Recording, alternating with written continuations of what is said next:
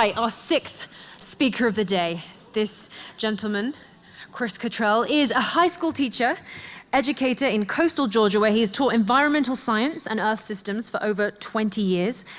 And I think he's kind of like Batman because he teaches kids in the day, and then at night he also is a public science communicator. He's well educated in geology and environmental geography from Troy State University and geoscience from Mississippi State University. Highly qualified. And you can follow all of his Carolina Bay research on his YouTube channel, The Dabbler's Den, and he's also recently joined TikTok, so welcome to the fold. A huge, big welcome for Chris Cottrell! All right,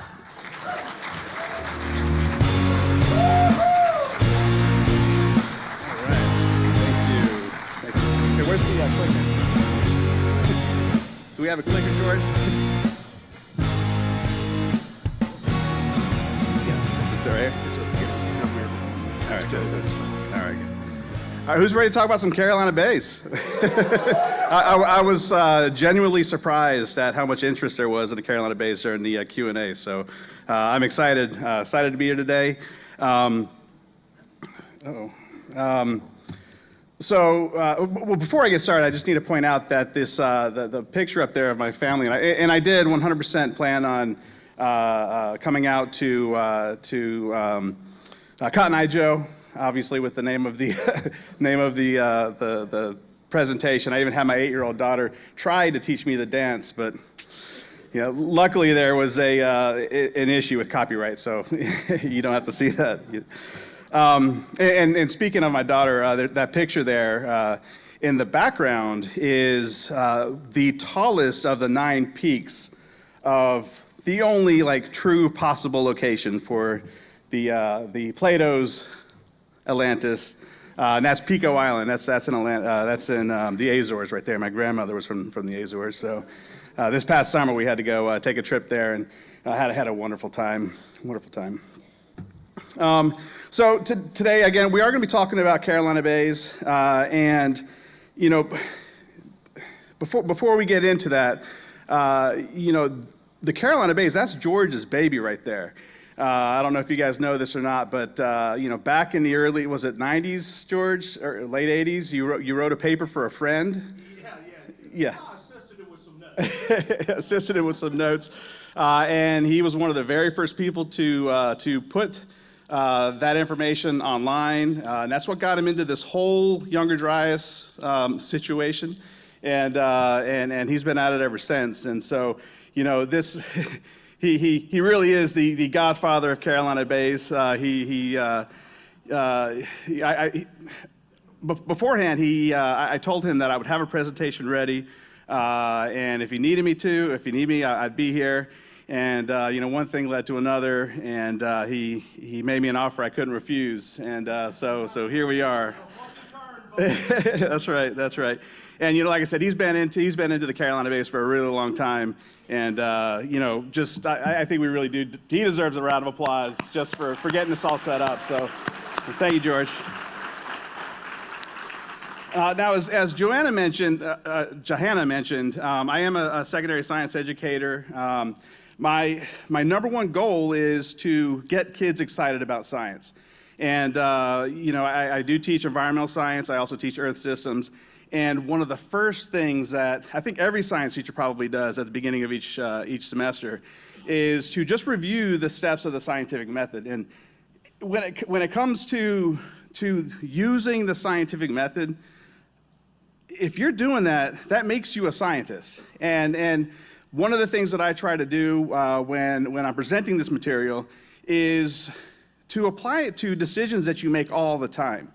And so the choice that I usually use as an example is deciding what you want to eat for breakfast, because you wake up, you've got a problem, you need to try to figure out how to solve that problem. To do that, you're going to gather up some information, try to figure out what you have in the house to eat. Is there a place for you to stop on the way to school, things like that. And so you're going to gather information that way. At some point, after you get enough information, you're going to form a hypothesis. Now, in my case, before I left yesterday morning, all I had was a box of that shredded wheat, like the brick kind of shredded wheat, like not even like the little like cubes that have like sugar. It wasn't like that. The frosted mini wheats. It was this.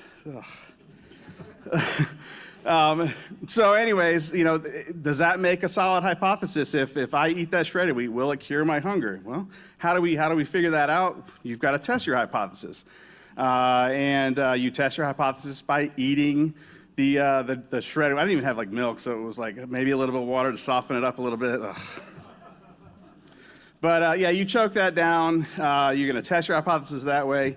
Afterwards, you are going to be collecting and analyzing your data as you go through your day. You're at 10 o'clock hits and all that fiber starts getting in your gut, and it's like, you start heading to the bathroom, whatever. That's going to, you're collecting and analyzing your data that way. And then ultimately, you're going to draw a conclusion on whether or not your hypothesis was supported or not, right? And for a lot of my students, they think that that's the end, right? You've made a conclusion, done, scientific method over. And that's just the beginning. That's just the beginning. If you get down to the end and you draw a conclusion, if your conclusion is found to be plausible, then you go and you do it again. You retry it over and over again. You get other people to do it for you. And if it's found to be not true, if you find out that your hypothesis is not valid, then what do you do? You form a new hypothesis and you test that new hypothesis, right? Maybe tomorrow, instead of eating the shredded wheat, maybe I'll have breakfast at the Outlook that they have here? Is that the name of the restaurant? Or the delicious breakfast we had this morning. That was pretty good, right? That's one of the best continental breakfasts I've ever had. So anyways, and that's how this process works. You go through these steps, and we all do it. We do it for every decision that we ever make, and that makes all of us scientists. If you're going through the steps, and you're forming conclusions, and you're testing your hypotheses, then that makes you a scientist. We also have to include, as you're gathering information, you're probably going to be. It's really important that you consider other variables that might go into your hypothesis. Maybe I had a big dinner. So let's go through it and look at some of this. So first of all, what is a Carolina Bay? Let me just ask, just by a show of hands, how many of y'all have no idea what a Carolina Bay is?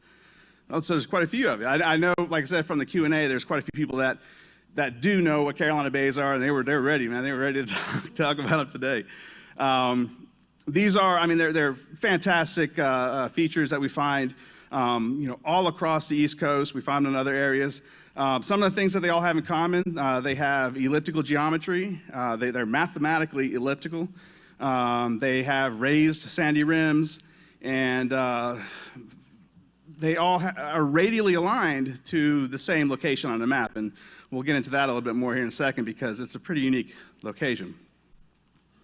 How many are there? If you go to Wikipedia, the numbers there are around 500,000 of them. That might be okay. That might be a good number. I could say for sure that there's a gentleman that I'll talk about in just a second who has counted over 70,000 of them. That's a little bit less, but he has physically put his finger on 70,000 of these Carolina Bays, and he's also mapped their orientation and their elliptical shapes.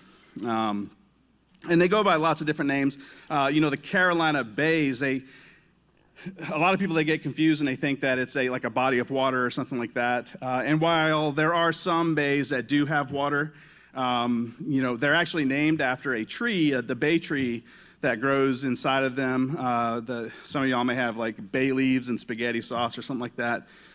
They grow really well inside these Carolina Bays, and that's what kind of gave them their name.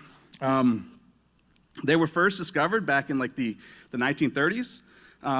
This was right after we achieved like manned flight, and this was also during the time of the Great Depression, and they were doing some aerial surveys to try to help farmers out with where to grow crops or whatever, and they saw these fantastic things. They took the pictures that you see right there, the black and white ones. And I believe they put that into Harper's Magazine. This was a big deal. People saw these things, and the very first thing they thought of was comets. They were like, these things had to have been formed from outer space.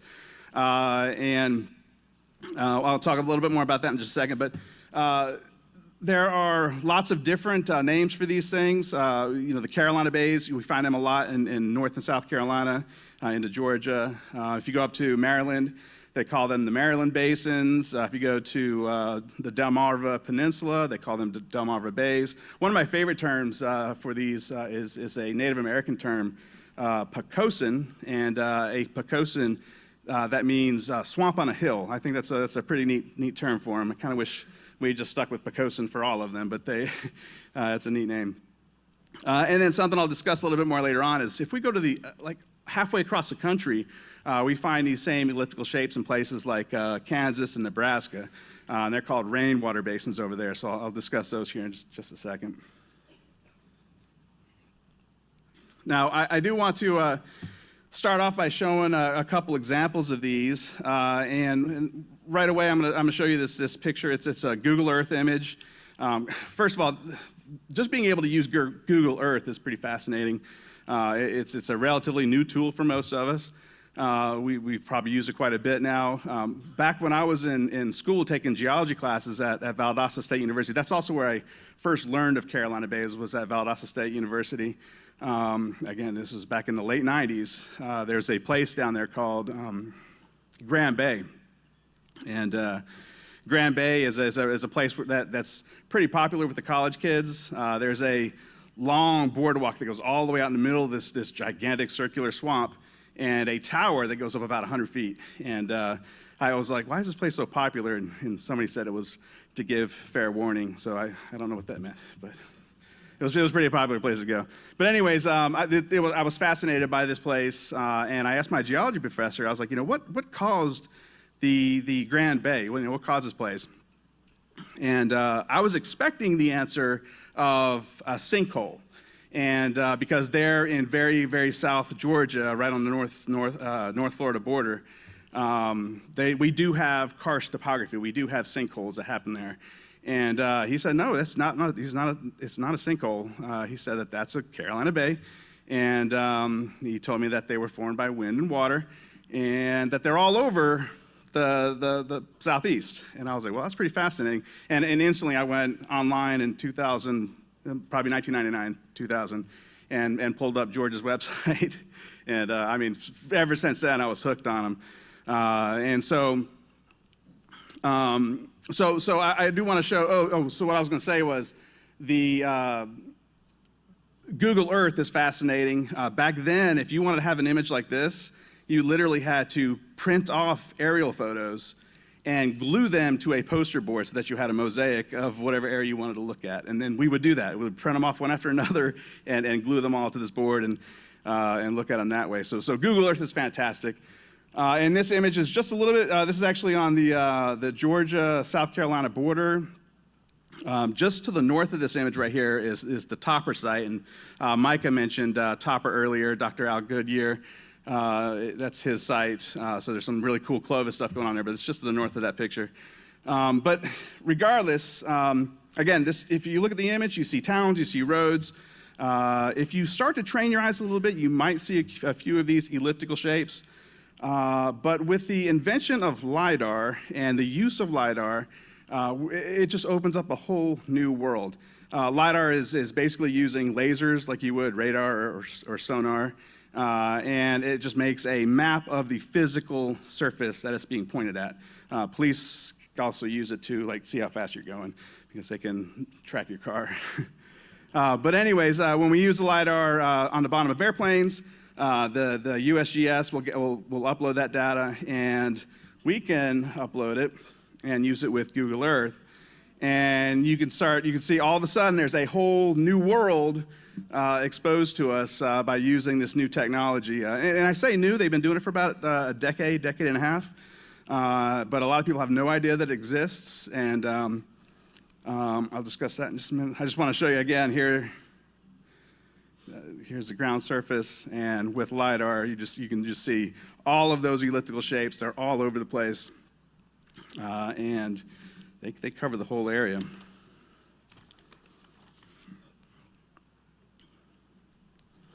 I do want to give credit where credit is due. The person who uploads these USGS LiDAR maps to Google Earth is a gentleman by the name of Michael Davies.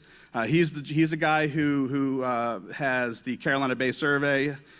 He also has this LiDAR is available to everybody. It's available on his website, centos.org. So any of you, as long as you have a downloadable version of Google Earth Pro onto like a laptop or a computer, you can download his Carolina Bay Survey. And he's got these LiDAR maps from the East Coast all the way to the Rocky Mountains now. And so, even if you don't want to go look at Carolina Bays, I can spend hours looking at archaeological sites or whatever. It's a fascinating tool. But also what he's done that makes it a little more unique is he's color-coded it to match basically every meter changes color up to 10 meters. So if you start with the red color, by the time you see the red color next, it's 10 meters in elevation. So now the thing about this, again, if I go back, you could drive all the way through the state of South Carolina, have no idea what's on the surface without using this tool, without using the LiDAR. This is becoming a really important tool all across the scientific community right now. So I just want to make sure that you are aware of that. Now, when it comes to the Carolina Bays, there have been lots of different hypotheses. Going back to that scientific method, we gather information, and there wasn't a lot of information back then, so that opens it up to all kinds of hypotheses. And just to name a few, we have things like spring basins. Back when sea levels were higher, it could have been eddies underwater, things like that. But over time, well, first of all, back in the 30s, when they thought these were cosmic in origin, they went out, they looked for evidence of it, and they didn't find any. They didn't find any fragments of meteorites or anything like that. They didn't find anything in the actual Carolina Bays. They just found lots of boggy swamps all over the place. And so that instantly moved away from a cosmic genesis for the Carolina Bays, and really for academics made it more of a terrestrial. We had to have a terrestrial gradual process that formed these Carolina Bays, and that's kind of what shifted a lot of the weight towards a gradual terrestrial hypothesis, and it's kind of been that way ever since. There's been a couple kind of interesting ones like gigantic fish nests. Some of these things are really huge. They're really, really big. So I'm kind of, I do like there's a more recent hypothesis about the flash heating of giant beaver ponds. I don't know if Dr. Cobras is here or not. I think he said he might be here, but that was one of his hypotheses, that there would have been an event in the air, and the steam of giant beaver ponds could have created these Carolina Bays. But regardless, after that whole long line of hypotheses, none of them have really panned out.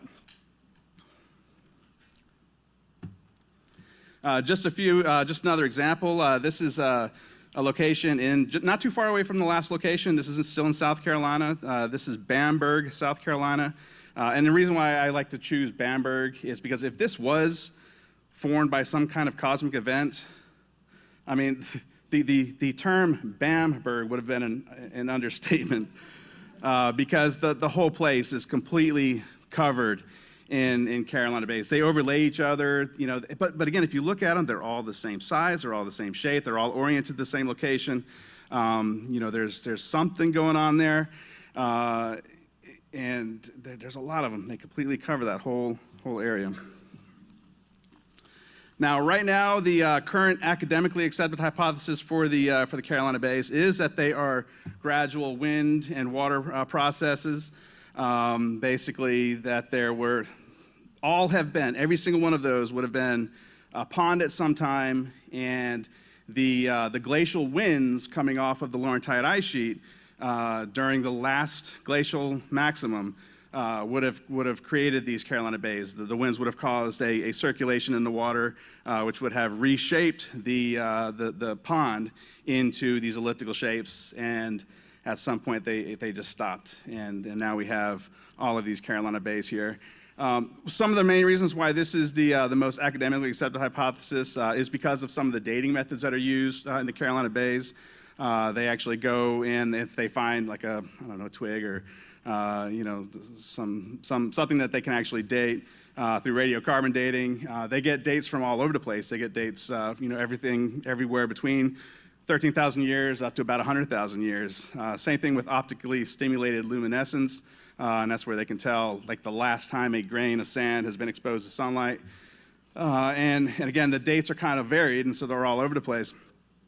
And so that's one of the main reasons why this has become one of the most academically accepted hypotheses. And I didn't mention a minute ago, but this almost wasn't a presentation here, and it had a lot to do with the controversy of the Carolina bays with the Younger Dryas impact hypothesis. There are quite a few members of the comet research team that have investigated and studied these Carolina bays, and they're all on board with the Aeolian lacustrine hypothesis. One being Dr. Christopher Moore, great guy. I don't know if any of you have met him. He is one of the leading members of the comet research group, and there's actually a picture there of Micah mentioned it earlier. Micah Hanks, we met out at White Pond and helped Dr. Moore in his archaeological dig. If I have time, just a quick story. That picture right there of Micah and Chris, Micah he probably spent an hour going through grain after grain of sand, shovel after shovel of sand, and we didn't find anything but maybe a couple small flakes at this site at White Pond. And he just handed over his shovel to his partner, Jason, and the very next swipe, Jason went over and tink hit, and he hit this partial Clovis point, and the whole operation stopped when that happened. He was like, "Oh my gosh," and everybody ran over, and I could just see Mike was like,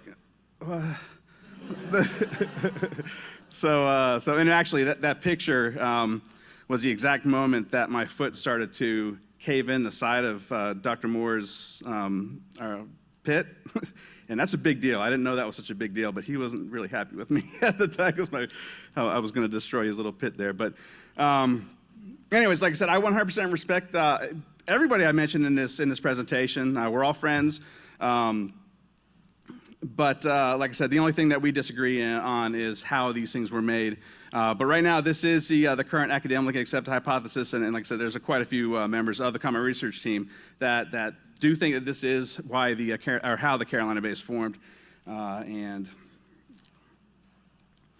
This location is actually in North Carolina. This is the Cape Fear River Valley.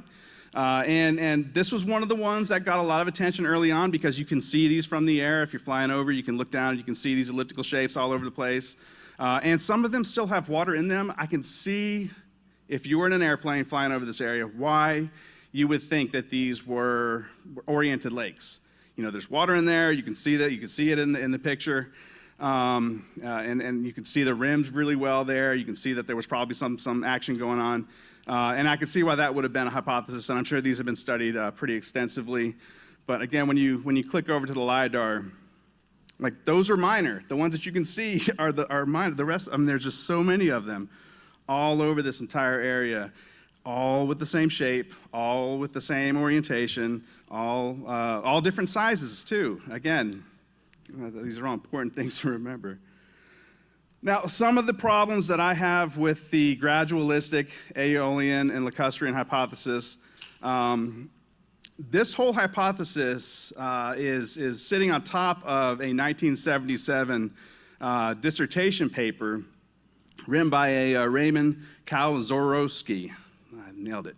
I always have a hard time saying that guy's name. So this was a 1977 dissertation paper that he wrote to receive his PhD.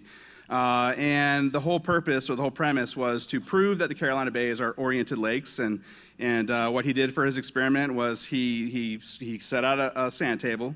He made a circular depression in the sand, filled it with water, and then took a fan and blew it for 15 minutes in one direction, went 180 degrees in the opposite direction, went 15 minutes in that direction, and he did that for 4 hours. And at the end, the shape that you see there on the page or on the board is what he got. And they were like, okay, we're done. Hypothesis proven.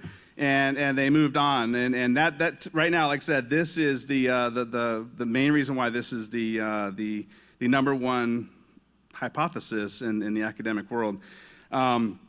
Some of the problems I have with that, for one, it wasn't a peer-reviewed paper. This was something that he wrote for his degree.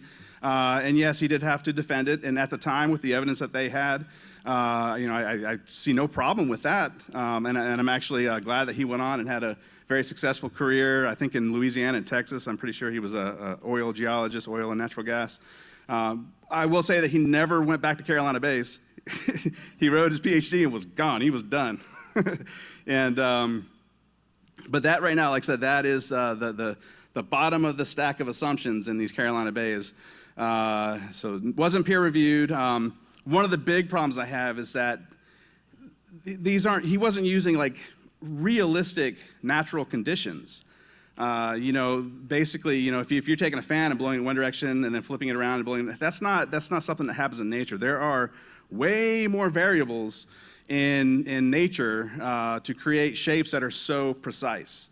The Ben's presentation was all about precision, all about things being super precise. And when it comes to these Carolina Bays, these things are super precise. They all have very mathematically. If I just saw two of them side by side, I'd be fascinated. I was like, oh wow, that's cool. But as I've shown you, there are thousands and thousands and thousands of them. Any change, any variable in an experiment would give you a different outcome. And that's not what we see here. They're all the same. So, it could be anything from, a stand of trees, a bush, maybe what would you call a pack of mammoths? I don't know. A herd of mammoths, yeah. But any change, any variable would give you a different outcome in an actual experiment if you're actually trying to make these. And that's not what we see with these Carolina Bays. They are all very, very, very precise. So yeah, that's. Oh, and then the last thing is like the shape that he made is not a Carolina Bay. He made more of a football shape, and that's not the same thing. He made a fantastic oriented lake. And that's, I guess, what he was going for. But again, that's not what we see when we look at these Carolina Bays. It's not the same thing. Not the same thing. So here's another. This is just another image. This actually came from one of Michael Davies's books, and you could just see right there. It's just a different orientation for it, but. That big Carolina Bay right in the middle is exactly the same shape, exactly the same orientation as all the other ones that you see there. They're also overlaid, so you can, if you wanted to, you can sit down and try to figure out some order to them due to the law of superposition. I don't see how even if one bay was in front of another bay, that would give you a difference in shape if they were Aeolian and Lacustrine in creation. But that's not what we see. That's not what we see. And again, they're all mathematically elliptical, and they all point in the same direction. And on top of that, like I said, if we go all the way to halfway across the country into a completely different geologic location with completely different variables in the environment, for instance, here is a lot of farmland out in Nebraska. And you could, like I said, if you start training your eyes, you can start seeing these with the Google Earth. For instance, I see a elliptical shape up in the top part of that picture right there.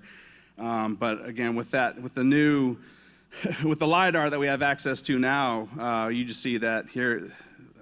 Hundreds of miles away, thousands of miles away, we end up with these same exact shapes, all with the same orientation. They all point to the same location. And so if the Carolina Bays were created by wind and water, then how do these form? How does this happen? And so this is something that should be very perplexing, and it's kind of gets brushed under the rug. The Nebraska rainwater basins don't get mentioned near as often as the Carolina Bays do. But they're definitely there, and those are definitely the same thing. So just to recap, we have these Carolina bays on the East Coast with identical shapes, identical orientation, different sizes. We go to Nebraska, we say the same exact thing.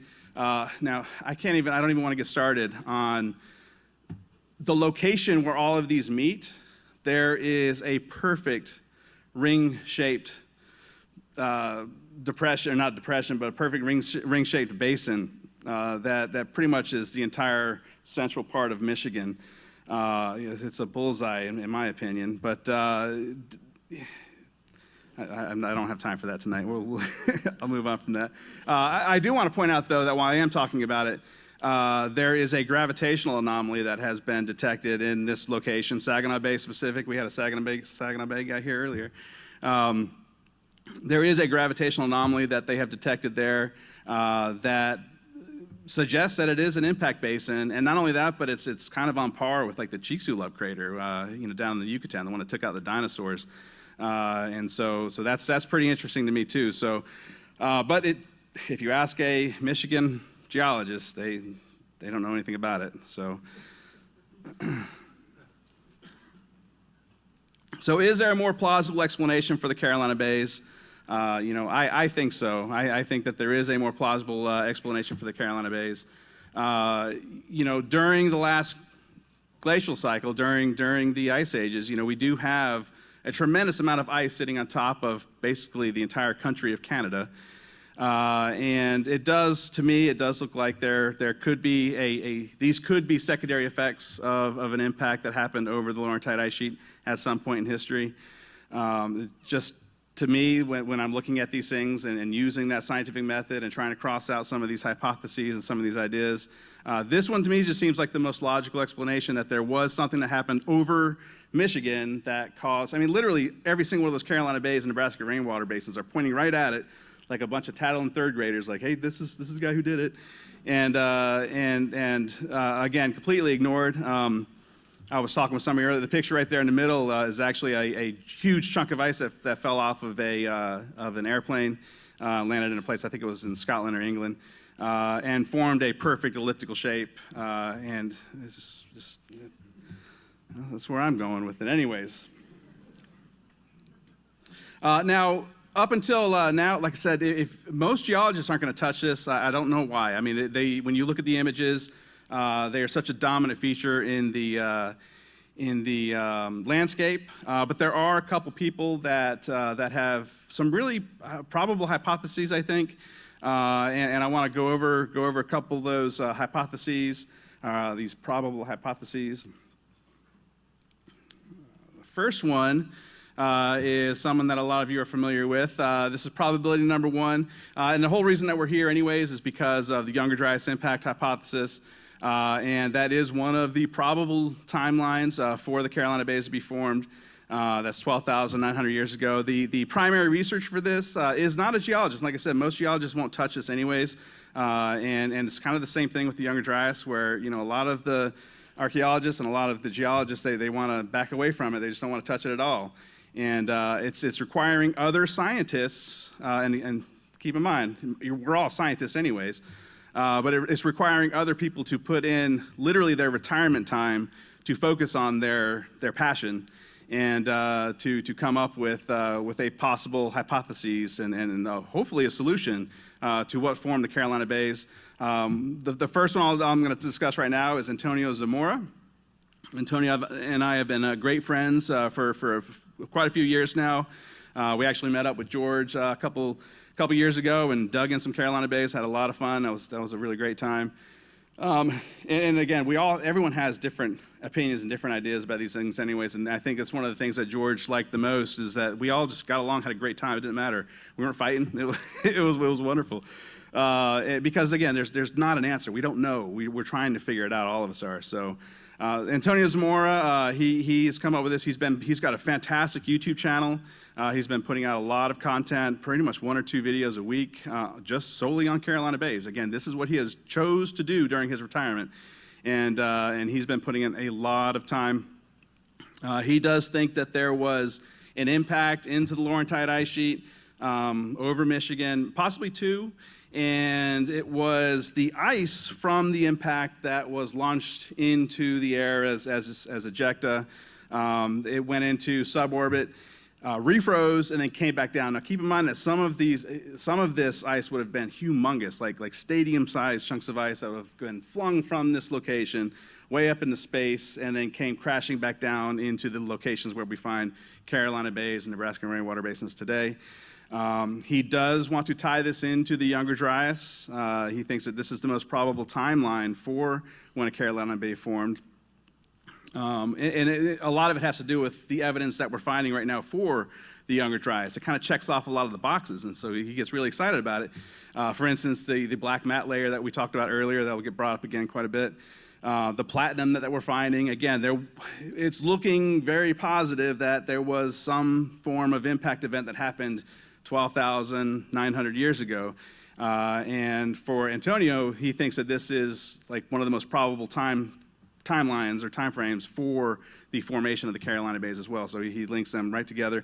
One of the things I really like about Antonio, though, is that he does go through the scientific process and he does his own experiments. And he literally will go out in his backyard and sling ice cubes with slingshots to see if he can form elliptical shapes.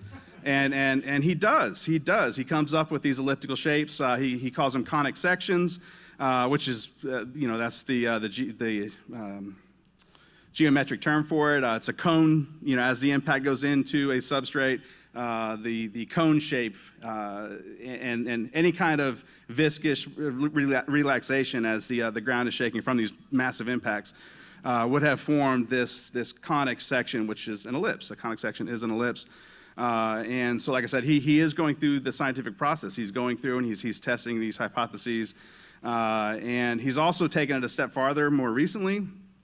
And he's been using the least square method, which is a very mathematical way to prove an ellipse, like to actually go through and identify a mathematical ellipse. And if you follow him on YouTube, I mean, like I said, once a week he's showing you, here's a couple bays. They all have identical elliptical shapes, and he's proving it mathematically. Again, when it comes to how they formed, this is he's going through all the steps of that method, and I really like that. As far as when, and George has said this before in the past, the Younger Dryas doesn't need Carolina bays. There's a lot of data already out there for the Younger Dryas, and so because it's caused some controversy anyways, they tend to leave this out. It was actually originally in the 2007 Firestone paper, and because of some of the controversy or I shouldn't say controversy, but because of some of differing of opinions on what formed the Carolina bays, they had to take them out. They just left them out completely.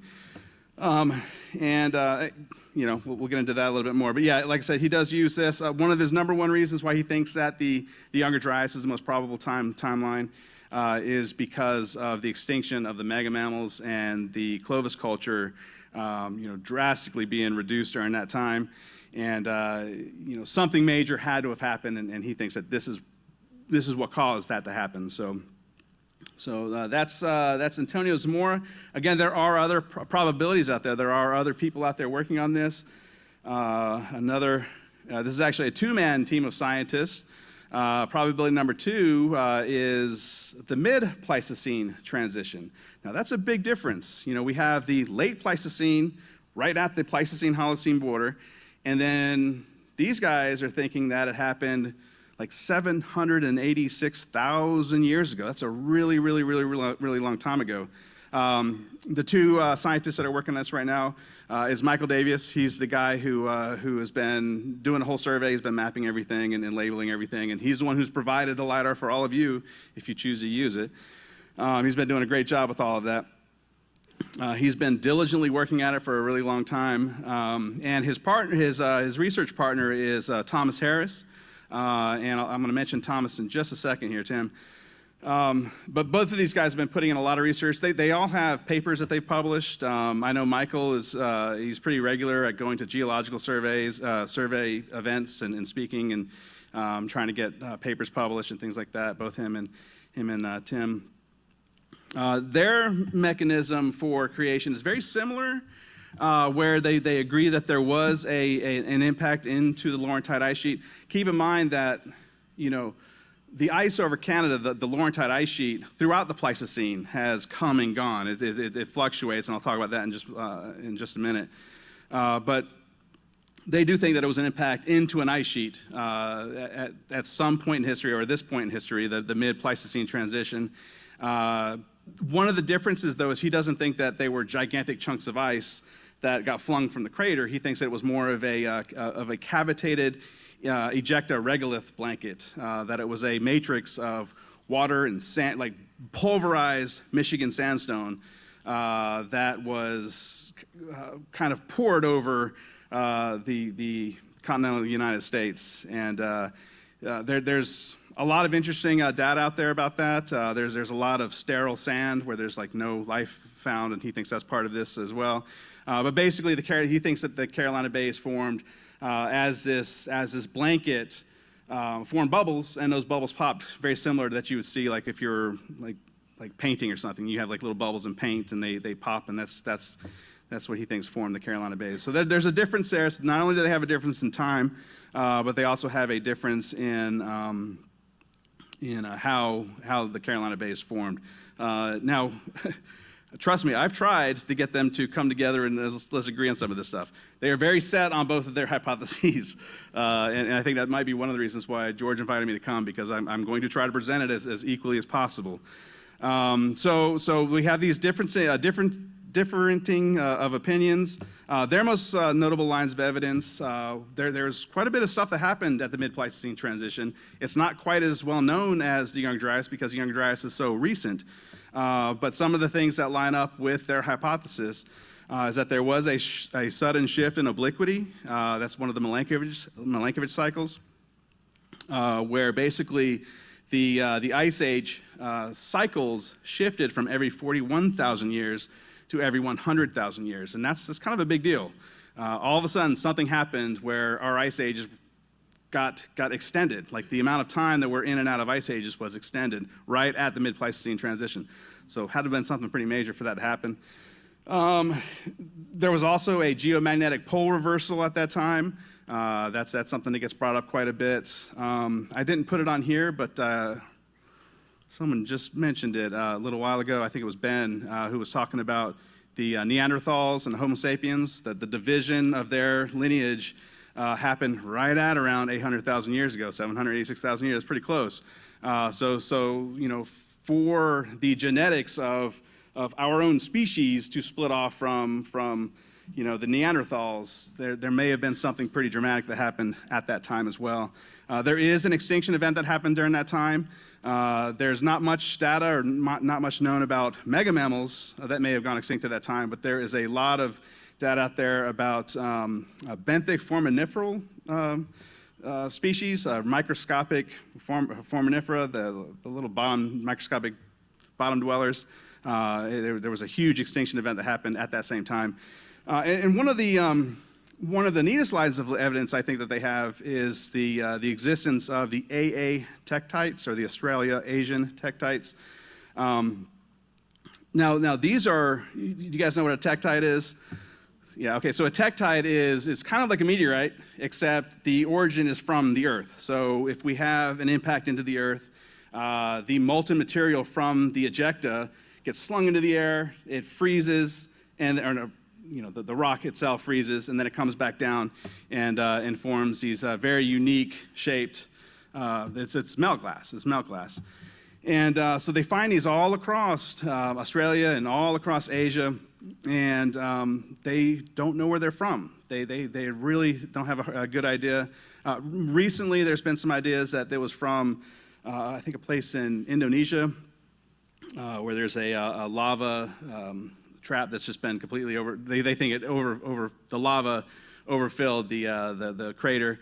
But there's really not a lot of evidence for that. And it was actually Tim Harris. He stayed at my house a couple summers ago. And it was actually right during the COVID shutdown. And his son had a job where he was going to be a first mate on a ship, like a yacht, from Savannah up to New York. And so he was, because it was COVID, he drove his son down to get on board the ship. And he actually called George and said, George, is there anybody down in that area that could talk about Carolina Bays with me? He wanted to talk Carolina Bays. And George gave him my number, and I said, dude, come on, you can come stay at the house. my sister was there with my nephews, and so I was, come on, we'll give you the spare bedroom. But anyways, Tim came over. We had a great discussion that night. And again, at the time, I was all on board with Antonio Zamora's hypothesis. I mean, I was all on board. And Tim and I started talking, and again, he is linking these AA tektites, which are dated to being, mid-Pleistocene, around 780,000 years ago, or years old. And I didn't realize this, but Tim used to work for Lockheed Martin. He was a ballistics missile re-entry specialist. And he used the same physics that we would use on like nuclear warheads to where we find these AA tektites, and he's linked them straight back to Saginaw Bay, Michigan. And I was like, oh, that's kind of a big. We had a great time talking about that. We actually have a mutual friend who's now passed, but his name is Hal Pavenmeyer. I hope if any of you don't know who Hal Pavenmeyer is, I suggest you look him up. He's a very interesting character, but he's basically Mr. Tektite. But we had a really good conversation. So anyways, this made me start thinking about Carolina Bays a little bit differently. Again, he has some pretty solid evidence, and he showed me this whole thing, and I was like, okay, that's great, but I'm still on board with Tony here. And so that really kind of sets up, if it is an ice age impact, then when did it occur? We have these two probabilities. Probability number one is we have the Younger Dryas impact hypothesis, which is 12,900 years ago approximately. We've got the loss of the Laurentide ice sheet at that time. That's a big plus. We've got these conic sections all over the place. That's a big deal. Probability number two is the mid-Pleistocene transition, 786,000 years ago, and that was from Michael Davis and Tim Harris. A little issue there. Now, it wasn't the conversation I had with Tim that made me really reconsider things. It was actually a conversation that I had with Michael Davis, and we were just having a conversation. He was trying to convince me that the Carolina Bays are so ingrained into the coastal plain of the East Coast that even if we had like some kind of erosion events, like a river or something like that, that the Carolina Bays over time would reform. You would re-see them later on. And I was like, that's not. He actually used a term that they are pool table flat. The coastal plain is pool table flat all the way to the coast. And my first thought was, no, they're not. No, they're not.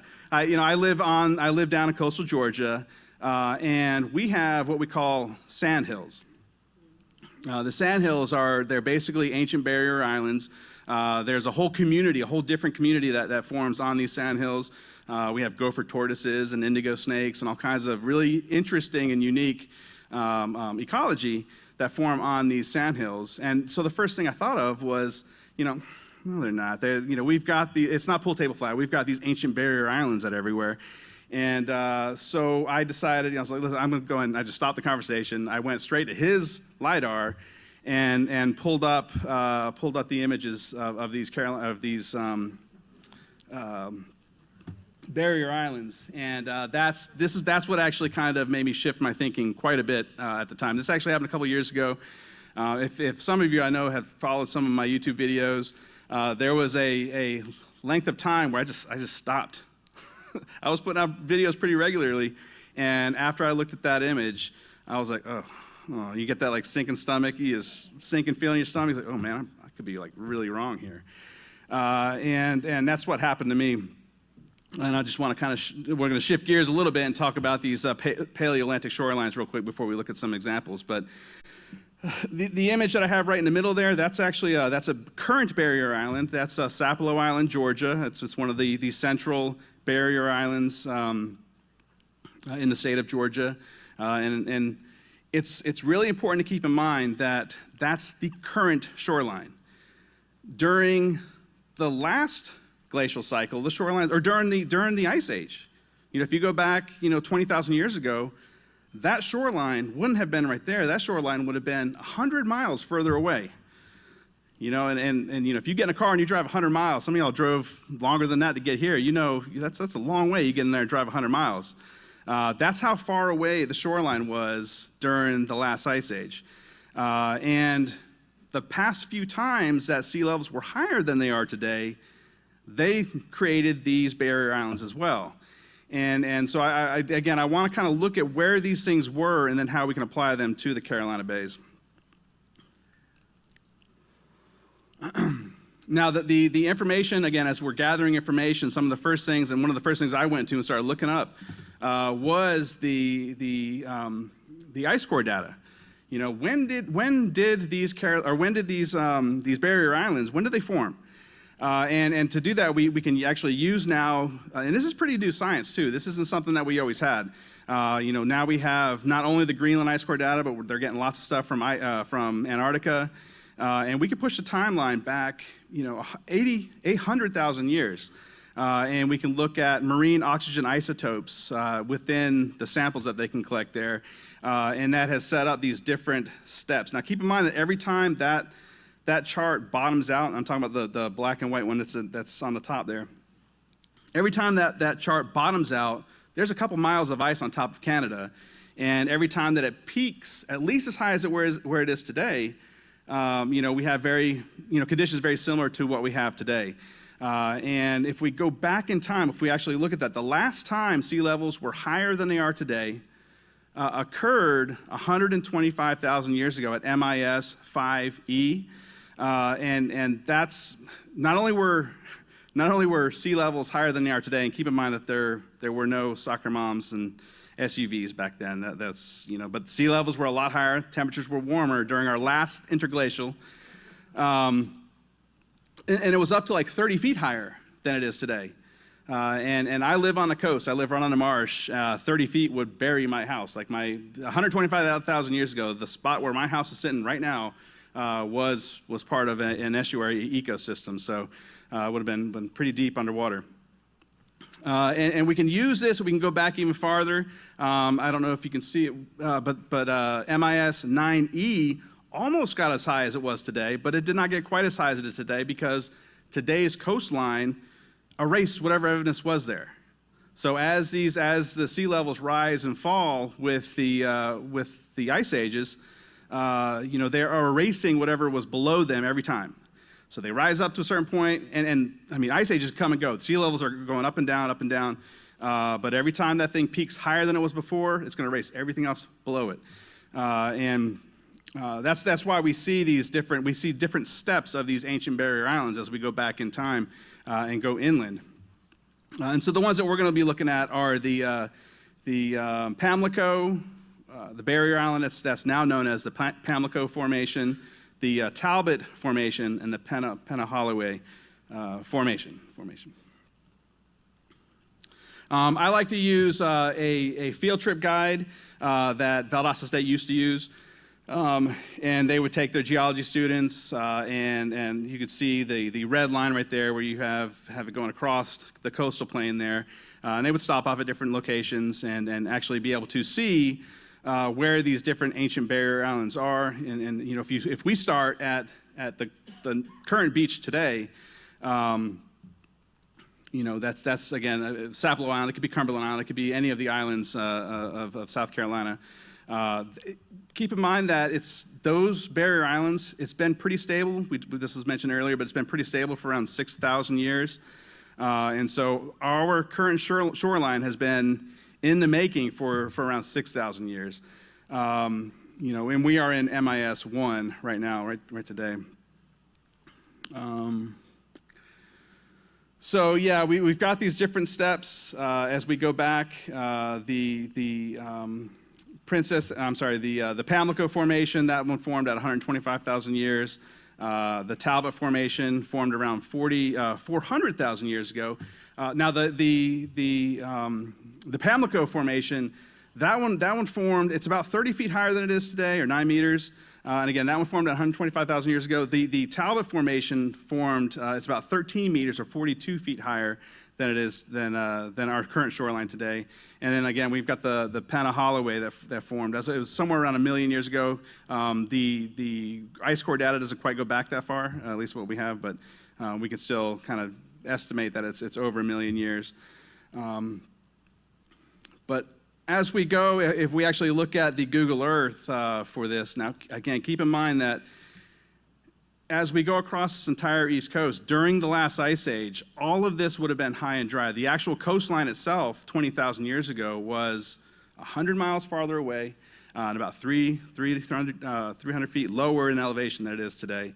And as a matter of fact, right here off the coast of Sapelo Island, there is a reef. It's called Gray's Reef. This is a known Clovis site. It's actually under 70 feet of water. It's about 19 miles off the coast of that island right there, and there is a known Clovis site there. They've actually been able to go down there. It's a site very similar to Topper, where they were manufacturing Clovis points and things like that at the younger, driest time. So this entire shoreline went way. I don't know if it was exactly 19 miles and that was their beach, but it was a lot farther away. But regardless, this whole area was exposed during the younger Dryas. And so because of that, if the event happened, if there was a cosmic event that slammed into the Laurentide ice sheet and the Carolina Bays were created 13,000 years ago, then we should see evidence of it all across the eastern coastal plain. But we don't. There's actually quite a bit of area that is completely lacking of these Carolina Bays, completely lacking of any evidence of them. What we do see, though, is a lot of evidence of transgression and regression events, which is when the sea levels go up and down, up and down. And I think we actually see evidence of two separate transgression and regression events that happened both times. There were sea levels higher than they are today during the Pleistocene. So I think we see this actually really well in the Myrtle Beach area, Myrtle Beach, South Carolina. This is just a little bit north of that. I like this image because you can actually see you can see Carolina Bays with your own eyes. You can also see the process of the coastline eroding away Carolina Bays right now, like they're actually eroding them away. You can see where the current shoreline is. And again, I want to point out that there are people that live here. There are whole town. You guys, if you've been to Myrtle Beach, you know there's lots of people in Myrtle Beach. There are golf courses and all kinds of stuff. But we see the really well-formed Carolina Bays with your own eye there. But when we click over to the LiDAR, we see that there's some locations that are lacking quite a few Carolina Bays. Now, that's the where do they go part of the presentation. You know, where do they come from? Well, you know, if it wasn't wind and water, then could it be an impact? Then, you know, I think that's probable. But then when, you know, where do they go? If this happened during the Younger Dryas, then we should see evidence of Carolina Bays all across this area, and we don't. We actually see evidence of regression and transgression, of sea levels coming in and erasing part of the coastal plain before going back out for another ice age cycle. I didn't mention it before, but you know, during the 800,000 years, there have been like 7 or 8 of these ice age cycles that have come in and out. It was just the last 2 or 3 that we see these barrier islands forming. But I think this really does show it very well. To help with that, we're our software guys, our software designers. They were talking with me at lunch about coming up with some good graphics. I have to use Microsoft Paint. They all laughed at me, but I've been a school teacher. I don't have big budgets for for software development, geospatial software. But anyways, I went ahead and labeled where the red line is where the shoreline would have been 125,000 years ago, and the black line is where the shoreline would have been 400,000 years ago. And I do see a difference in where we find Carolina Bays and where we don't. I can say, without a doubt that there are no Carolina Bays under 30 feet in these locations. If you go to 30 feet, there's zero. Where do they go? They should be there if they happened during the late Pleistocene, and they're not there. I'll also point out that, if these were wind and water created, if these were created like the current academic accepted hypothesis, then where did they go? right? Because their timeline was between 13,000 and 100,000 years. Well, the shoreline that formed 125,000 years ago took out all of anything that was there in those locations, and they're gone. There's nothing there. There's no Carolina bays in those areas at all. I think that I see there are some Carolina bays in between that 30 feet and that 42 feet, in between the Pamlico Formation and the Talbot Formation. There are a few Carolina bays. They are heavily eroded. If you follow the red lines there, you'll see a couple where I've kind of like etched them around some of these Carolina bays because I was just following elevation lines. And those are heavily eroded Carolina bays. If you look right along the red line at the actual coast itself, there are some ellipses that are just cut right in half. I even marked one, a truncated Carolina bay, just because it was such a good example of a Carolina bay that is just half of it's gone. Well, how does that happen? If these were formed by wind and water, then we should see them. They should be very well formed in these locations, but these are heavily eroded Carolina bays. I want to also point out that in the upper part of that image, you'll see a bunch of Carolina bays that are in that blue location. That is between 30 feet and 42 feet, so it's between those two different time frames. And there are Carolina bays there. Some of them are eroded, some of them are not, but I want to point out that would have been the leeward side of the barrier island. It's the seaward side, the windward side of the barrier island where the wave action is happening, and that's where we see a lot of the erasure of these Carolina bays.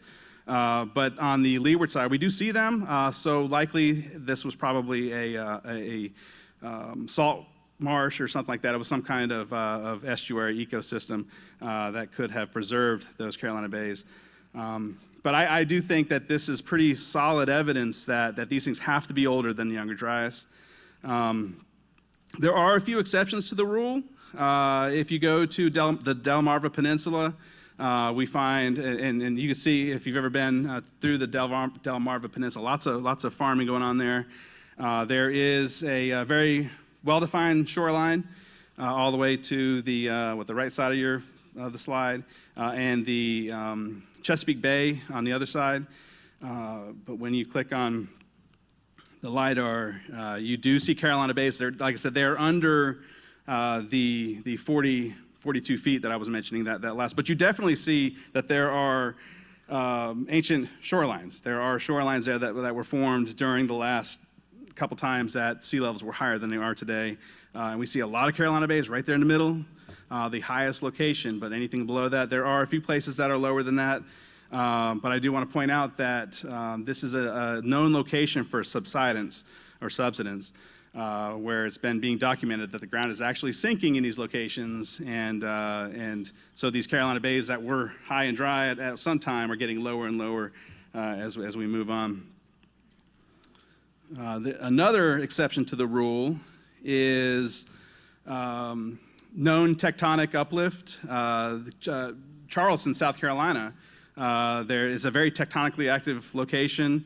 There are actually earthquakes that occasionally happen in South Carolina, some pretty major earthquakes. So there's some tectonic activity happening right there. The ground is actually rising, and so we can actually see that when we click on the LiDAR. And so areas that we should be able to find these Carolina bays, they're actually higher in elevation because the whole ground is being being lifted up higher because of the tectonic activity. And like I said, there have been 7 or 8 different ice ages. I'm sure some of y'all, if you follow Randall, you probably know about isostatic rebound and adjustments. As the ice age is coming in and out, and we have a tremendous amount of weight on top of North America, it's gonna cause fluctuations in different places. And so this is kind of showing that. But when you push the timeline back, it allows for more of this to happen. It allows for this more fluctuation and to have some of this stuff to vary a little bit. So where does that leave us? If we had like Team Younger Dryas or Team Mid-Pleistocene or Team Zamora and Team Davis and Harris, we got the kooky caboose here. George, we got the kooky caboose. Are we going to pull the pin, or are we going to keep dragging it down the tracks? I don't know.